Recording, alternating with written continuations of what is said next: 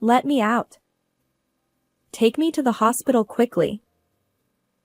My husband locked me in the garden shed when labor pains began late at night. Rubbing my aching belly, I was filled with anxiety, fearing that the baby would arrive any moment. Suddenly, screams echoed from our home. Peering through the gap in the shed, I witnessed an unbelievable scene. What's happening? Later, I learned the shocking truth, and anger surged within me. I am Jessica, 30 years old. My husband, Guy, is 3 years older and a senior colleague at the same company. We had an office romance and got married. After retiring, I started working as a part-time office worker in my neighborhood. My younger sister, Serena, lives nearby and often visits after work. Her presence was comforting during my new life filled with uncertainties. My husband's daily phrases became a routine. I might have to work overtime today and I'm heading out. He consistently returned home late. Having worked at the same company, I understood the demands of his job. Although I felt lonely, my main concern was his well-being. I reassured myself that it wouldn't last forever. Despite my worries, my husband's return time kept getting later. He even worked on weekends, leaving me waiting at home. I considered asking former colleagues about the situation, but I wondered how Guy would feel if he found out. Ultimately, I continued waiting for his return every day. And then, my husband's concerning behavior gradually increased during this time. I managed our household finances, and gave my husband an allowance. Although he occasionally went out for social events, I always provided him with enough money each month. One day, Jessica, I've used up all my allowance. Can you add some more? I was taken aback. But it hasn't even been half a month. What did you spend it on? Guy always seemed to run out of money, and whenever I asked about how he spent it, he evaded the question. I can't give you more unless you tell me properly. Okay. He was seemingly accepting my response. However, the next day, when I saw the credit card bill, I couldn't believe my eyes. Why was it so high? Even when I confronted him with the details, he just apologized without revealing anything substantial. He doesn't share any crucial information. At this rate, we won't be able to save for the future. This situation not only strained our relationship but also added financial worries. I wondered if we could continue as a couple in the long run. The worst thoughts crossed my mind. Perhaps my husband was having an affair. Yet, I lacked the courage to confront him directly. The fear of investigating and being proven right paralyzed me. At that moment, my sister Serena visited. As soon as she saw my face, she asked, Do you have something troubling you? I hesitated but finally confessed. Actually, Guy's behavior seems suspicious. Serena's eyes narrowed. You don't mean he's cheating, do you? I'm not sure yet, but I've been thinking it might be possible. My uncertainty made my words falter. Serena didn't mince hers. Men who cheat are despicable. You should consider divorce. Despite her stern tone, I appreciated her concern. Thank you. Talking to you has eased my mind a bit. She assured me. If anything happens, feel free to ask. I'll even give your husband a piece of my mind. I smiled and replied, I'll keep that in mind. As she left, I sensed a hint of relief in her expression. Although I still don't have concrete evidence of infidelity, I decided to observe a little longer. Just then, I fell ill and went to the hospital, where I discovered that I was pregnant. My husband's response was, Oh, I see. That's good. But he seemed to avoid eye contact. I asked, Aren't you more excited? No, it's not like that. I'm looking forward to it. Despite his words, something felt off. He was different from before, and I couldn't shake that feeling. I repeatedly tried to discuss matters with Guy, but he kept brushing it off with excuses like, "I'm busy, let's talk later." Time slipped away, leaving me uncertain about what to do. To distract myself from the anxiety, I focused on preparing for our unborn child. And time flew by. I was already in my final month of pregnancy. Despite our ongoing communication issues, the anticipation of meeting our child soon filled me with excitement. On that particular day, a typhoon was forecasted, and the strong winds and rain battered our area. Feeling my belly tighten, I called out to Guy before resting alone in the bedroom. As midnight approached, the pain intensified, and it seemed labor had finally begun. "Hey, can you take me to the hospital? My labor has started," I said, gently cradling my abdomen. Guy, who had been looking at his phone, muttered. Seriously? He sprang up, grabbed my arm, and hurried toward the front door. I tried to calm him down, saying, "You don't need to rush. The baby won't arrive immediately." But his expression remained stern. Without hesitation, he led me outside and pushed me into the storage room in the garden, slamming the door shut. "Stay here," he commanded, his face intense. "Wait, what are you doing? Let me out. Take me to the hospital." I shouted desperately, unable to comprehend what was happening. But there was no response from my husband, and his footsteps faded into the distance. What should I do? I clutched my aching belly, immobilized for a while. Yet, I knew the baby was in danger if I stayed here. Suppressing my anxiety, I pondered how to escape this place. That's right. Maybe. I peered outside through the small window in the storage room. To my surprise, I saw Guy in the living room, chatting amiably with a woman. The curtains were wide open, revealing everything even in the late hour. Wait, who is that person? My husband had locked me in the storage room while entertaining this woman inside. Was this irrefutable evidence of his infidelity? Despite our imminent child's arrival, I felt lost, facing the harsh reality without any way to call for help. And then it happened. From my home, I heard a woman scream. What's going on now? I snapped back to reality and looked into the living room through the window. There, not only Guy but also the other woman's face became unmistakably clear. Wait, why? Is this a joke? My muttered voice felt hollow as shock and abdominal pain blurred my consciousness, almost causing me to faint. How much time passed? Eventually, the storage room door opened, and someone rescued me. The next day, I safely gave birth to a healthy baby girl. Learning the astonishing truth, an indescribable anger surged within me.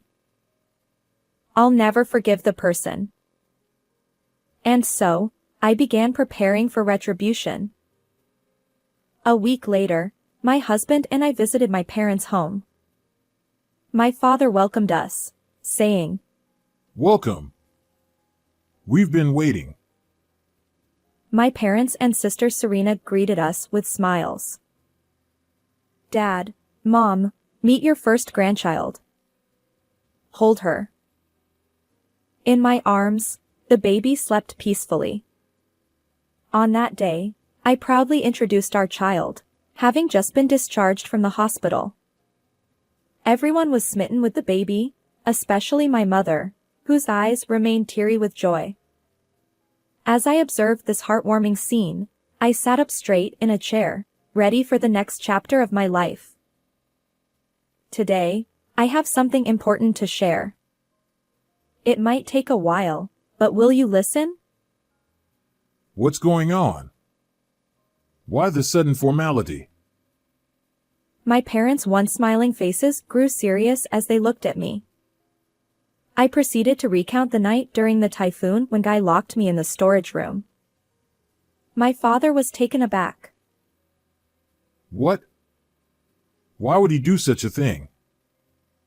My mother remained speechless, covering her mouth with both hands.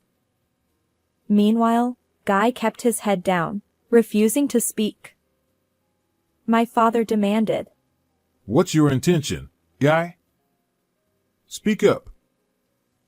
Even my sister Serena chimed in. Exactly. Treating a pregnant woman like that is despicable. Maybe you should consider leaving this man? Despite the collective condemnation, Guy remained silent. I explained. Through the small window in the storage room, I saw another woman inside our house, and Guy was talking to her. My father's anger flared. Are you cheating? You. How could you do this? He lunged at Guy, but I quickly intervened, stopping him in his tracks. Listen carefully, Dad. It might take a while to explain. But when I heard a woman scream, everything changed. See? It's definitely tied to infidelity. His face turned crimson, and his fists trembled, clearly enraged by the harm done to his daughter. Given that I initially thought the same way, it's understandable. But I continued in a calm, composed voice. But when I saw the woman's face, I couldn't make sense of it anymore. What do you mean? Both my parents exchanged confused glances. You see, the woman Guy was talking to that day was Serena. My father's confusion deepened. What? How is that possible? It seems that my parents became even more confused, glancing back and forth between my sister and my husband's faces. Serena remained silent, avoiding eye contact. My father demanded answers, slamming the table. Tell us the reason. Finally, Guy broke his silence. Actually, Serena was threatening me. His eyes met my parents', revealing the shocking truth. Look at this. My husband placed a photo on the table. As soon as my father picked it up, he trembled. What's going on? Explain. My father glared at Guy, his anger palpable. And no wonder, the photo showed Guy and Serena walking closely together. I calmed my father and urged him to listen to the whole story. This is from when I helped a drunk Serena. The photo doesn't show it, but my colleagues were there too. Guy explained. My father hesitated. Is that true? Yes. If you can confirm it, you'll understand right away. So please believe me. Guy's serious expression seemed to calm my father a bit. As it turns out, shortly after our marriage, Guy encountered Serena on the way home from a drinking party in the bustling city. Serena was so intoxicated that her friends struggled to manage her. Guy, considering her his sister-in-law, extended a helping hand. The truth is, after marrying Jessica, Serena confessed her feelings to me. Guy continued. Of course, I firmly rejected her each time. My parents were puzzled by my husband's thorough explanation of the events leading up to this point, as he spoke while looking at them. According to him, Serena, who had feelings for Guy, seemed to have fallen in love at first sight when she saw my husband at the family gathering. This photo too was taken by a friend who knows your feelings for fun, right? Ignoring the question, Serena remained silent, but I pressed on. And then you used this blatantly suspicious photo as leverage to threaten Guy, right? My husband pushed my sister away, claiming that everything was baseless. He even tried to discuss her feelings and the photo with me immediately. However, Serena had pushed him into a corner, saying things like, If you won't be with me, I'll end my life. or, If you tell Jessica, I'll drag her down too. although he didn't take her seriously, he couldn't risk any harm coming to me. You exploited Guy's kindness, acting selfishly. I told Serena. So what? She finally looked up, smiling wryly. Maybe Guy wasn't entirely indifferent? She suggested. Guy retorted. No way. It was pure agony. Since then, he'd been at Serena's beck and call, summoned after work daily, unable to return home. But that wasn't all. Guy's perpetual financial struggles were due to Serena coercing him into buying things. You manipulated him, making him late and reckless with money, all to create suspicion of infidelity and provoke conflict between us. I explained. Well, what's going on? She pretended to listen to my concerns. Her words, "Why don't you divorce Guy?" were actually heartfelt, and deep down, she was probably smirking, knowing that things were going her way. Isn't this just your paranoia? She chuckled, crossing her legs on the sofa. Perhaps she believed she was the chosen one, looking down on me with a triumphant air. I retorted. Guy won't come to you, no matter what. He's only following your instructions to keep me safe. That's impossible. She stood up, confronting Guy with anger. Hey, Guy. She's lying, right? It's true. No way. Didn't you fall for me? I've never said I liked you. There's a 0% chance I ever will. His tone was flat and resolute as he pushed Serena away. She muttered something about how awful it was and collapsed right there. After observing my sister's distress, she turned her gaze toward me. Enough with the drama. There's no evidence that I threatened Guy, right? He could be lying, couldn't he? Even at this point, she defiantly fired back. That's impossible. Despite his struggle, I restrained him with my hand. Then how about this? I said, pulling out my smartphone and playing a certain video. On the screen, Guy and my sister were captured in a heated exchange inside the house during the time I was locked in the storage room. Serena's voice echoed. When will you break up with Jessica? Marry me already. And then, chillingly, Where is she? I'll make her Miss Gary. Even if the baby is born, I'll end it myself. those were the chilling words she uttered, one after another. Isn't this considered a threat? I challenged. It's surveillance. Violating my rights like this. My sister continued to argue with me, her voice rising.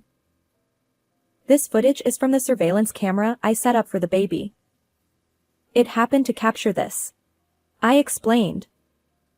In the midst of labor pains, I hadn't had time to record it, but later, I remembered the camera and checked.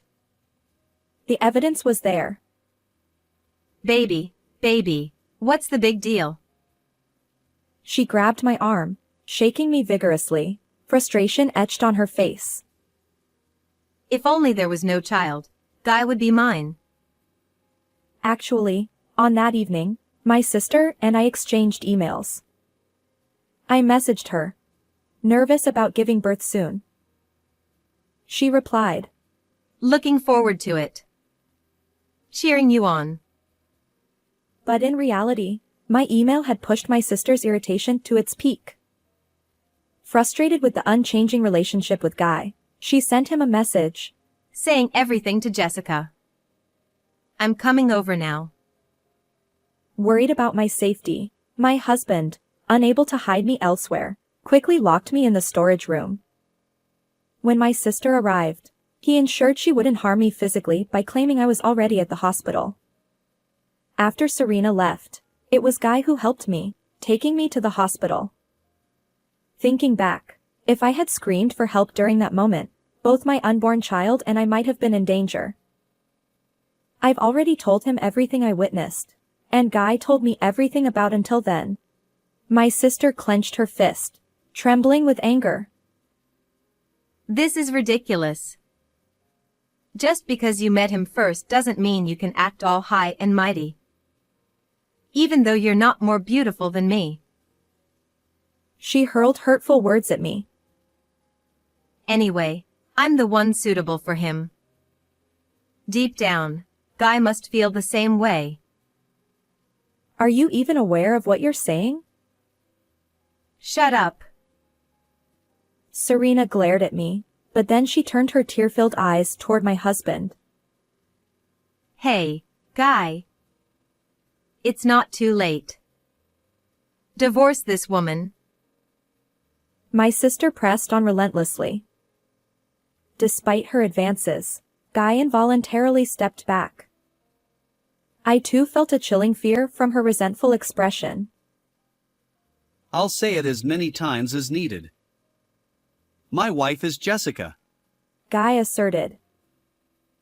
But why stay with her? There's no point clinging to her. If you want a child, I'll bear it for you.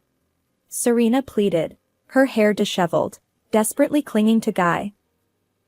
Was this the true face of my once gentle, adorable sister? Filled with helplessness, I intervened between Guy and my sister.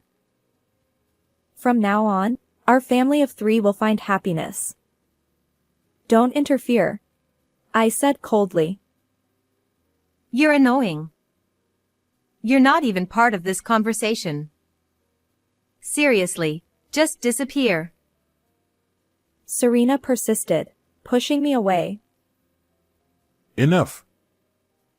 Finally, our silent father raised his voice. Serena, you're truly pathetic.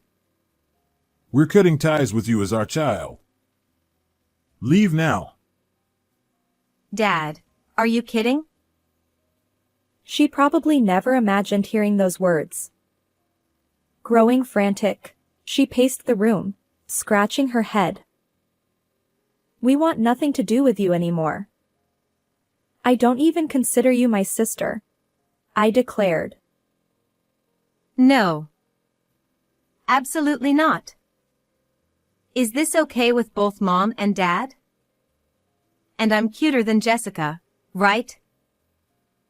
Desperate, she clung to Dad, but he avoided eye contact. The decision is final. Hey. Jessica, say something to Dad and Mom. It's all your fault. Fed up with Serena's arrogance, I intervened. We're not just cutting ties, we'll file a restraining order against you, I said coldly. What? You can't. For the safety of our child, it's necessary, I replied. Tears streamed down her face. Jessica, I'm sorry. Please forgive me. I'll be all alone if I can't see everyone. But given everything, forgiveness was impossible. I can't trust you anymore. Reflect on your actions alone. When I pushed her away, my sister cried out like a child and collapsed from her knees. Afterward, we went through legal proceedings, and a restraining order was issued against Serena. As a precaution, we decided to move to a new place. Our parents also severed ties with her, and despite her repeated attempts to seek forgiveness by visiting my parents' home, she was always turned away. Over time, she stopped coming, and now no one knows where my sister is. Meanwhile, the 3 of us live peacefully in our new home. With more to protect, My husband works harder than ever. And I'm committed to supporting Guy firmly in the days ahead. How did you find this story? Don't forget to subscribe to our channel. See you in the next video.